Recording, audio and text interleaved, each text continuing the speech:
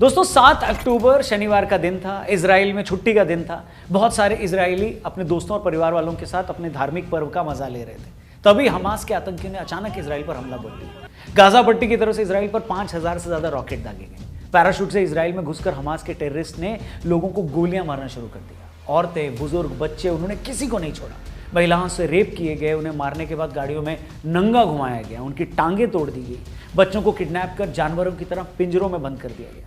कुल मिलाकर कुछ ही घंटों में उन्होंने ऐसी दहशत दिखाई जैसी दुनिया ने शायद ही पहले कभी देखी। इन हमलों में सिर्फ एक ही दिन में 700 से ज्यादा इजरायली मारे गए, सैकड़ों को बंधक बनाया गया और हमास ने छाती ठोक कर यह कहा कि हाँ, हमने ये किया है।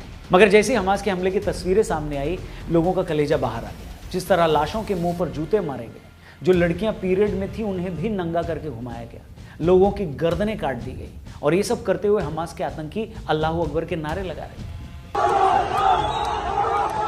Today, the people of Israel are under attack. Tensions between Hamas and Israel exploded. Many of the scenes in Israel are shocking and terrifying. दुनिया इस बात से हैरान होगी कि इजराइल जैसे ताकतवर देश को कैसे इस हमले की भनक तक नहीं लगी। मोसाद और सीआईए जैसी दुनिया की ताकतवर एजेंसियां क्यों इस हमले का पता नहीं लगा पाई।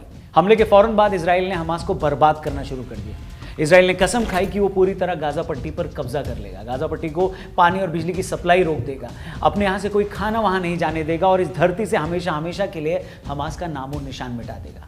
इजराइल का साथ देने के लिए अमेरिका ने भी अपना जंगी बेड़ा इजराइल भेज दिया। ऑस्ट्रेलिया और फ्रांस ने फिलिस्तीन की मदद रोक दी। चीन फिलिस्तीन से हमदर्दी दिखा रहा है। हमास ने लेबनान के कट्टरपंथी संगठन हिजबुल्लाह से मदद मांगी। ईरान ने इस्लामिक कंट्रीज की बैठक बुलाई। यूरोप के फॉरेन मिनिस्टर्स भी इस इशू पर बैठक कर रहे हैं। कुल मिलाकर हमास की इस हरकत ने पूरी दुनिया को थर्ड वर्ल्ड वॉर के किनारे पर लाकर खड़ा कर दिया है। हर सेंसिटिव आदमी में हमास के हमले को लेकर गुस्सा है। हमले की खौफनाक तस्वीरें देखकर हर इंसान कांप गया है। मगर यह देखकर दिल गुस्से से भर जाता है कि ऐसे माहौल में भी हमारे अपने ही देश में कुछ लोग इजराइल पर हुए इस हमले का जश्न मना रहे हैं।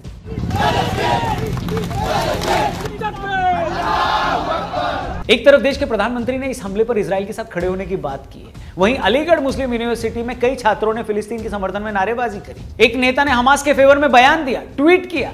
दिल्ली की 2 बड़ी यूनिवर्सिटीज ने फिलिस्तीन का सपोर्ट किया है। इनफैक्ट स्टूडेंट विंग के अध्यक्ष ने भी फिलिस्तीन को सपोर्ट किया और गौहर खान जैसी एक्ट्रेस भी इजराइल को गाली दे रही। इनके अलावा और भी कई लोग हैं, सोशल मीडिया पर सारे लोग दिख जाएंगे आपको। इतना ही नहीं, ईरान, पाकिस्तान, मिस्र, तुर्की और यूरोप के कई शहरों में जहां एक खास तबके की आबादी है, वहां इस हमले को सेलिब्रेट किया जा रहा है। ईरान में तो बाकायदा वहां की पार्लियामेंट में इस पर तालियां बजाई गई, सड़कों पर हमले की खुशी में बम फोड़े गए। अच्छा, ये सब देखकर खून खौल जाता है कि दुनिया में कोई भी सभ्य इंसान हो, सोसाइटी हो या कंट्री हो, किसी की मौत को सेलिब्रेट कैसे कर सकता है। मैं कहता हूं, आप चाहे किसी की भी तरफ क्यों ना हो, आपको फिलिस्तीन को सपोर्ट करना है, करिए, आपकी मर्जी है। मगर बिना किसी प्रोवोकेशन के अगर किसी कॉन्फ्लिक्ट में एक तरफ का आतंकी संगठन बेगुनाह बच्चों और बुजुर्गों को मारता है, औरतों के साथ रेप करता है, गला काटता है, मारने के बाद कपड़े उतारकर उनकी परेड करता है, तब भी आप विक्टिम के साथ खड़े होने की बजाय जिसने हमला किया है उसी की तरफदारी अगर कर रहे हैं, तो यह बताता है कि आप खुद कितने घिनौने आदमी हैं। मतलब कोई इंसान इतना कैसे गिर सकता है। और तो और छोड़ो, इंडिविजुअल्स की तो क्या ही बात की जाए। कांग्रेस वर्किंग कमेटी ने भी रेजोल्यूशन पास करके ऐलान कर दिया है कि हम फिलिस्तीन के साथ हैं। मतलब हमला फिलिस्तीन की तरफ से किया गया है, मासूम बच्चे, औरतें इजराइल के मरे हैं, और सपोर्ट आप उस देश को कर रहे हो जहां से हमला किया गया है। इसका सीधा मतलब यह है कि आपको सही गलत से कोई लेना देना नहीं है।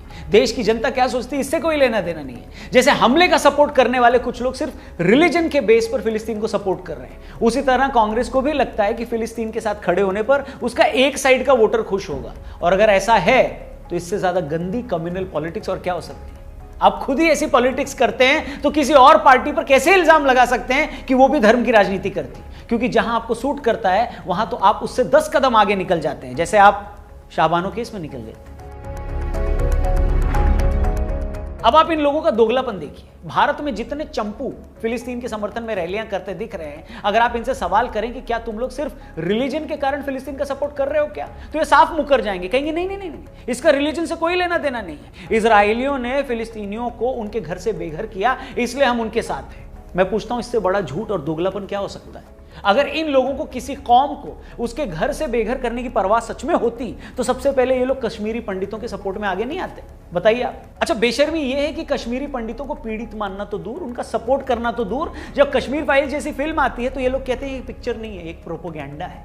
ऐसा कुछ हुआ ही नहीं है। मतलब जब आपको मजहब सूट न करे तो अपने ही देश का पीड़ित आपको झूठा लगता है, और जब मजहब आपके मतलब का हो तो हजारों किलोमीटर दूर बैठा आतंकी भी आपको बेचारा लगता है। क्या पूरी दुनिया में बेशर्मी की इससे बड़ी कोई मिसाल आपको कहीं दिखाई दे रही है क्या? अगर दिखाई देती है तो प्लीज मुझे बताना, क्योंकि मैं वहां विजिट करके आऊंगा। मगर ऐसी बेशर्मी करने वाले और ऐसा हमला करने वाले, ये दोनों लोग भूल जाते हैं कि भैया किसी भी वायलेंस में आपका पहला हमला कर देने पर आप विजेता नहीं बनते, विनर नहीं बनते। जब अलकायदा ने अमेरिका पर हमला किया तब भी इस सोच से हमदर्दी रखने वाले लोगों ने पूरी दुनिया में जश्न मनाया इसका।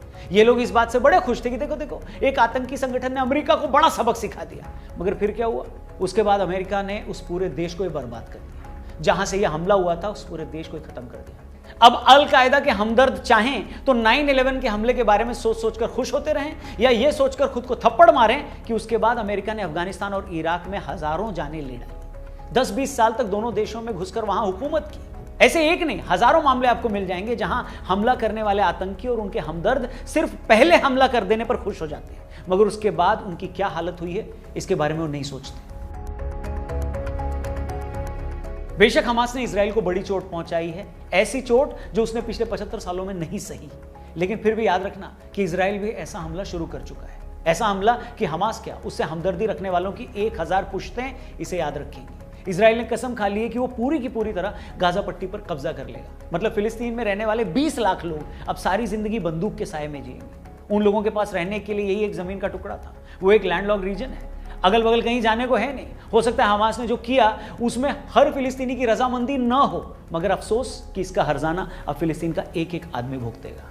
इजराइल जिसने आज से 50-60 साल पहले अकेले सभी अरब देशों को 5 दिन में हरा दिया था, आज वो देश पहले से कहीं ज्यादा ताकतवर है। उसके पास हजारों किलोमीटर तक मार करने वाली खतरनाक मिसाइलें, 3500 टैंक्स हैं, वर्ल्ड क्लास डिफेंस सिस्टम है, 90 परमाणु हथियार हैं, F-16 और F-35 जैसी दुनिया के सबसे खतरनाक फाइटर जेट्स हैं। इसके अलावा अमेरिका और यूरोप भी उसके साथ है। इसलिए हमास को अगर ये जरा भी गलत फहमी है कि लेबनान और ईरान और अन्य मुस्लिम देशों के साथ मिलकर वो इजराइल को हरा देगा, तो ये उसकी बचकानी ख्वाहिश है। फिलिस्तीनियों की हालत पहले से ही खराब थी। हमास की इस करतूत से उनकी जिंदगी पूरी तरह बर्बाद होने वाली। इसलिए जो लोग हमास के इस हमले पर आज ताली पीट रहे हैं, उनसे मेरा बस इतना ही कहना है कि थोड़ा सा सब्र करो, क्योंकि थोड़े टाइम में तुम ताली नहीं अपना सर पीटोगे। इसलिए किसी और की मौत का, किसी और की बर्बादी का जश्न मत मनाओ। वीडियो में कई बात अगर आपको सही लगे तो इसे अपने दोस्तों के साथ जरूर शेयर करिएगा। अपना ख्याल रखिए। इस मुद्दे पर आगे और भी वीडियोस हम आपके लिए लाएंगे। Thank you for watching. जय हिंद।